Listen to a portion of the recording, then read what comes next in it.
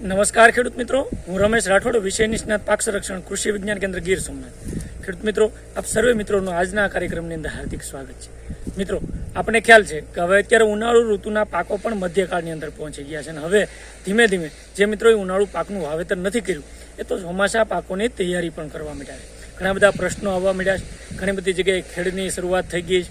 ઘણી જગ્યાએ બિયારણના પ્રશ્નો, ખાતરોના આયોજન, કઈ પાક વાવવો એના આયોજનના પણ પ્રશ્નો ધીમે ધીમે આપણી સમક્ષ આવી રહ્યા છે. અને આજના વિડીયોની અંદર મારે વાત કરવી છે કે આવતા ચોમાસામાં એટલે કે આ 2025ના ચોમાસાની અંદર મગફળી વાવવી કે કપાસ, આ બેમાંથી કયો પાકનું સિલેક્શન કરવું અને એના સમગ્ર ડેટાબેઝ ભારતના આખા દેશના હોય, ગુજરાત રાજ્યના હોય, એના કેટલા હેક્ટરની અંદર વાવેતર થાય, કેટલું ઉત્પાદન થાય, કયા પ્રકારના MSP રહે અને આ બંનેમાંથી કયો પાક આપણે સિલેક્ટ કરવો જોઈએ એના થોડાક ડેટાબેઝ ઉપરની આજની આ વિડીયોની અંદર વાત કરવી છે.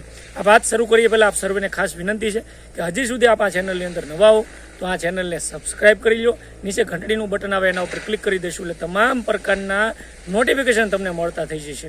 અને ધીરે ધીરે આ વિડીયો પૂરેપૂરો સમગ્ર જોઈ અને જો તમને ગમે તો એના લાઇકના બટન ઉપર ક્લિક કરવાનું ભૂલતા નહીં અને ત્યારબાદ આ વિડીયોને શેર પણ કરી દો. મિત્રો, વાત શરૂ કરીએ પહેલાં હું તમને મગફળી અને કપાસ, આમ તો આ બંને પાક ખૂબ અગત્યના પાકો ગણાય. કપાસનો પાક રોકડીયો પાક ગણાય, જે કહેવાય કે વર્ષોથી જ્યારે બીટી કપાસનું ધીમે ધીમે સંશોધન છે અને 2004-05 પછીના સમયમાં એક સફેદ સોના તરીકે આ પાક ઉભરી આવ્યો, પરંતુ છેલ્લા 5-7 વર્ષથી પરિસ્થિતિ ઉલટી થઈ. હવે મોટાભાગના ખેડૂતો કપાસનો પાક વાવતા પહેલાં 100 વખત વિચાર કરે. મગફળીનો પાક આમ જોઈએ તો આપણા રોજિંદા જીવનની અંદર જેનું તેલ ખાદ્ય પદાર્થ તરીકે ઉપયોગ કરીએ અને એનો ચારો પશુપાલનની અંદર ખૂબ સારો કહેવાય, એટલે મગફળીનો પાક એ રીતના આપણે સિલેક્ટ કરતા હોઈએ. સૌપ્રથમ જો મગફળીના પાકની વાત મિત્રો કરું તો ટોટલ જે એરિયા છે આખા ભારતની અંદર મગફળીનો જે ટોટલ એરિયા છે એ 43.75 લાખ હેક્ટરની અંદર 2024-25ના ગયા ખરીફના હું આંકડા અહીંયા સરકારશ્રીના જે આંકડા છે રજૂ કરી રહ્યો છું. એટલે 2024-25ની અંદર ખરીફ ઋતુની અંદર મગફળીનું 43.75 લાખ હેક્ટરમાં વાવેતર છું. એની સામે એનું જે ટોટલ ઉત્પાદન આખા ભારતભરનું દેશનું આપણે જોઈએ તો 2024-25ની અંદર 103.60 લાખ ટન જેટલું ઉત્પાદન, એટલે 103.60 લાખ ટન જેટલું ઉત્પાદન મગફળીનું ગયા વર્ષની અંદર છું. મિત્રો, ગુજરાતની જો વાત કરીએ તો ગુજરાતનો ખરીફનો મગફળીનો જે ટોટલ એરિયા છે 19.17 લાખ હેક્ટર છે અને તેની સામે ગુજરાતનું જે ટોટલ ઉત્પાદન છે એ 52.25 લાખ ટન. એટલે કહી શકાય કે ગુજરાત છે એ મગફળીના કુલ વાવેતર વિસ્તારની અંદર એટલે એરિયામાં અને ઉત્પાદનની અંદર ભારત દેશની અંદર પ્રથમ ક્રમે આવે છે. એટલે મિત્રો, આના ઉપરથી તમે અંદાજો લગાવી શકો કે મગફળીનું કેટલું મહત્વ અને આપણા ગુજરાત રાજ્ય માટે મગફળીનો પાક એ ખૂબ અગત્યનો પાક ગણાય. હવે ખાસ કરીને જો ટોટલ વિસ્તારની અંદર જો વાત કરીએ તો ગુજરાત મેં કીધું એમ ભારતની અંદર પ્રથમ આવે, ત્યારબાદ બીજા નંબરે રાજસ્થાન આવે જેનો 8.74 લાખ હેક્ટર જેટલો વિસ્તાર છે અને જેનું ઉત્પાદન 21.27 લાખ ટન છે. ત્યારબાદ ત્રીજા નંબરે મધ્યપ્રદેશ આવે જેનું જે કુલ વિસ્તાર છે એ 5.90 લાખ હેક્ટર છે અને એનું જે ઉત્પાદન છે 14.35 લાખ ટન છે. ત્યારબાદ ચોથા નંબરે કર્ણાટક જે લગભગ 3.26 લાખ હેક્ટર વિસ્તાર ગયા વર્ષે હતો. પાંચમા નંબરે ઉત્તર પ્રદેશ 2.69 લાખ હેક્ટર હતો. એટલા માટે હું તમને કહું છું કે મગફળીની અંદર જે આ 5 મુખ્ય રાજ્યો છે એની અંદર ગુજરાત પહેલાં છે, ત્યારબાદ રાજસ્થાન, મધ્યપ્રદેશ, કર્ણાટક, ઉત્તર પ્રદેશ અને ધીમે ધીમે આ જે બધા રાજ્યો છે એનું અંદર વાવેતર થતું. હવે જે MSP મિનિમમ સપોર્ટ પ્રાઇસની જો વાત કરીએ જેને ટેકાના ભાવ આપણે કહીએ છીએ, ગયા વર્ષે મગફળીના 24-25ની અંદર MSP જેને કહેવાય કે 1356 રૂપિયા પ્રતિ મણ 20 કિલોના હતા અને જો ક્વિન્ટલની અંદર આપણે એટલે કે 5 મણ અથવા 100 કિલોની અંદર વાત કરીએ તો 6,783 રૂપિયા MSP ગયા વર્ષે મગફળીના ટેકાના ભાવ જાહેર કરવામાં આવ્યા હતા. અને ગયા વર્ષનો અનુભવ એવું કહી શકાય કે મોટાભાગના જે ખેડૂતોની મગફળી એ MSPના ભાવે એટલે ખૂબ સારા ભાવે પણ વેચાણી. હા, જેને કોઈ ક્વોલિટીના ઇસ્યુ હશે, ભેજના પ્રોબ્લેમ હશે, કદાચ એ મગફળી જનરલ બજારમાં 1000થી લઈને 1200ની રેન્જમાં ગઈ છે, પરંતુ જે ટેકાના ભાવ છે એ 1356 રૂપિયા પ્રતિ મણ લેખે સરકારશ્રીએ જાહેર કરેલા. મિત્રો, આ વાત કરી મગફળીની અંદર. હવે જો કપાસની વાત કરીએ તો કપાસ પણ મેં કીધું અગત્યનો રોકડીયો પાક છે અને કપાસમાં ખાસ કરીને ગુજરાતની અંદર જે વાવેતર થાય એમાં 80%થી પણ વધારે વિસ્તારમાં બીટી કપાસનું વાવેતર થાય અને ટોટલ જે એરિયા છે કપાસનો વાવેતરનો વિસ્તાર જે ભારતની અંદર કહેવાય એ 12.4 મિલિયન હેક્ટરની અંદર ટોટલ આખા સમગ્ર દેશની અંદર વાવેતર થાય અને જે ટોટલ અંદાજિત ઉત્પાદન છે એ 301.75 લાખ ગાંસડી. અહીંયા ગાંસડી જે શબ્દ છે જેને બેલ કહેવામાં આવે અંગ્રેજીમાં. મિત્રો ઘણા લોકોને ખ્યાલ નથી કે ગાંસડી કેટલા કિલોની હોય. સ્પષ્ટતા કરી દઉં કે એક ગાંસડી એટલે કે તમે જે બેલની કિંમત અથવા ક્યારેક વાંચતા હોય કે ન્યૂઝમાં અથવા જ્યારે જોતા હોય તો એક ગાંસડી 170 કિલોની હોય. 170 કિલોની એક ગાંસડી એટલે કે બેલ ગણાય. અને આપણા દેશની અંદર 2024-25ના જે વર્ષની અંદર અંદાજિત જે ઉત્પાદન થયું એ 301.75 લાખ ગાંસડી જેટલો કપાસનું ઉત્પાદન થયું.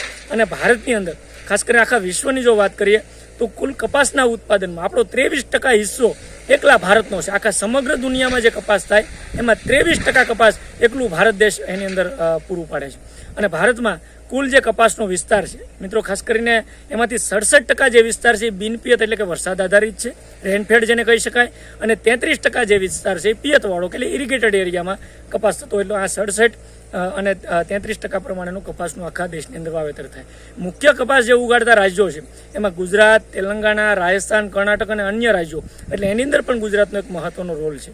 અને ઉત્પાદકતા એક હેક્ટરની અંદર એટલે કે 100 ગુઠા અથવા 6.5 વીઘા આપણે જે 16 ગુઠાના વીઘાની વાત કરતા હોય તો ઉત્પાદકતાની જો વાત કરીએ તો મિત્રો એની અંદર ખાસ કરીને જે ટોટલ ઉત્પાદકતા છે એ ભારતભરની જો જોઈએ તો 447 કિલો પ્રતિ હેક્ટરે ઉત્પાદકતા કહી શકાય. પરંતુ 23-24માં જે ઉત્પાદકતા હતી 435 કિલો પ્રતિ હેક્ટર હતી.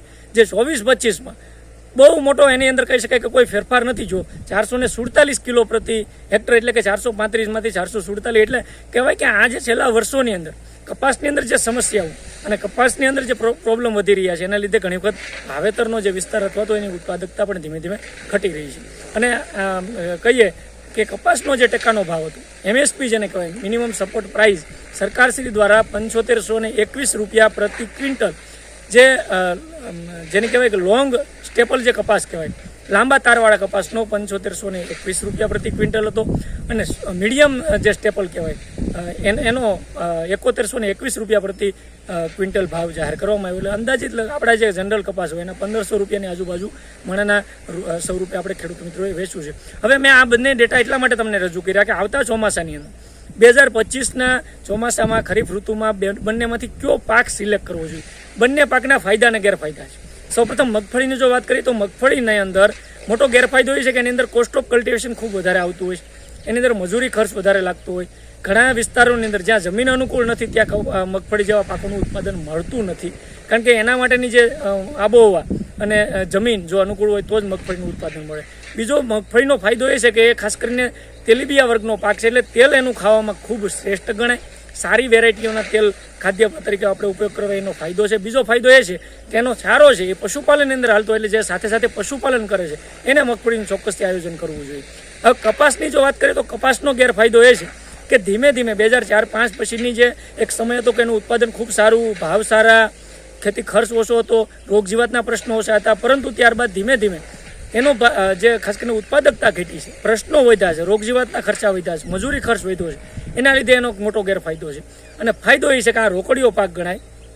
જ્યાં એક જ પાક ચોમાસાની અંદર વાવેતર થાય ત્યારબાદ કોઈ પાક નથી લેવાતો એ લોકો ખાસ કરીને જાન્યુઆરી-ફેબ્રુઆરી સુધી આ પાક ઊભો રાખતા હોય તો એની અંદર એક રોકડિયા પાક તરીકે કપાસનો પાકનું મિત્રો વાવેતર કરે. બીજું કપાસના પાકની અંદર વચ્ચે સોયાબીન અથવા મગફળી જેવા મિક્સ પાક વાવેતર કરીને પણ સારી કમાણી કરી શકે તો એ દ્રષ્ટિએ કપાસ વાવેતર કરવું જોઈએ. પરંતુ એનો મોટો ગેરફાયદો એ છે કે એમાંથી કોઈ ચારો મળતો નથી. એટલે પશુપાલન જે મિત્રો કરતા હોય એ કપાસનું આયોજન મોટાભાગે નથી કરતા. પરંતુ મિત્રો આ બંને વાત ઉપરથી તમારે નક્કી કરવાનું છે કે આવતા ચોમાસામાં કપાસનું વાવેતર કરવું કે મગફળીનું. મારી દ્રષ્ટિએ જે મેં કીધું એ પ્રમાણે ખાસ કરીને કપાસના ભાવ પણ વર્ષોથી જે એક રેન્જની અંદર સ્થિર છે અને મગફળીના ધીમે ધીમે જે ભાવ વધી રહ્યા છે, એની ડિમાન્ડ વધી રહી છે. દેશી ઘાણીઓ એટલે કે એનું વેલ્યુ એડિશન થઈને તેલની પણ માંગ ડિમાન્ડ બજારની અંદર વધી રહી છે. તો મગફળીનું પણ આયોજન મિત્રો કરી શકે. સાથે સાથે સારો ક્વોલિટીનો સારો અને પશુપાલન કરી અને એને પણ ખેતીની સાથે જોડી શકીએ તો બંને કપાસ અથવા મગફળીમાંથી એક પાક ચોક્કસથી સારી રીતે આયોજન કરી મિત્રો અત્યારથી જ તૈયારી શરૂ કરી દે. એનું સારું ગુણવત્તાવાળું બિયારણ મગફળી અથવા કપાસની સારી વેરાયટી જે પણ તમારે આયોજન કરવું છે એનું મેળવી અને એને અંદર ખેડ ખાતરનો આયોજન કરી લઈએ.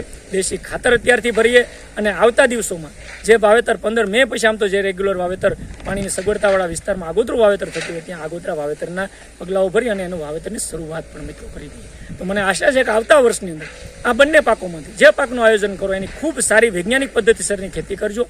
સારા બિયારણો ખરીદી કરજો, એના ભલામણ પ્રમાણેના ખાતરો નાખજો, ઉત્કર્ણને આધારે ખાતરોનો ડોઝ નક્કી કરજો અને સારી ટ્રીટમેન્ટ આપી અને સારું પાકનું આયોજન થાય એવી આશા સાથે આજના આ વિડીયોની અંદર એટલું જ.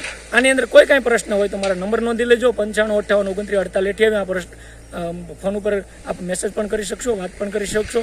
અને આ વિડીયોની અંદર જે પણ માહિતી છે એ માહિતીને થોડા ઘણા છે અનુસરી અને જો આયોજન કરશો તો મને લાગે ઘણો બધો ફાયદો થશે. આજના વિડીયોની અંદર એટલું જ. ફરી પાછા મળશું નવા વિષય સાથે, નવી માહિતી સાથે. ત્યાં સુધી મને રજા આપશો. આપ સર્વે મિત્રોનો વિડીયો પૂરેપૂરો જોવા બદલ ખૂબ ખૂબ આભાર, ધન્યવાદ.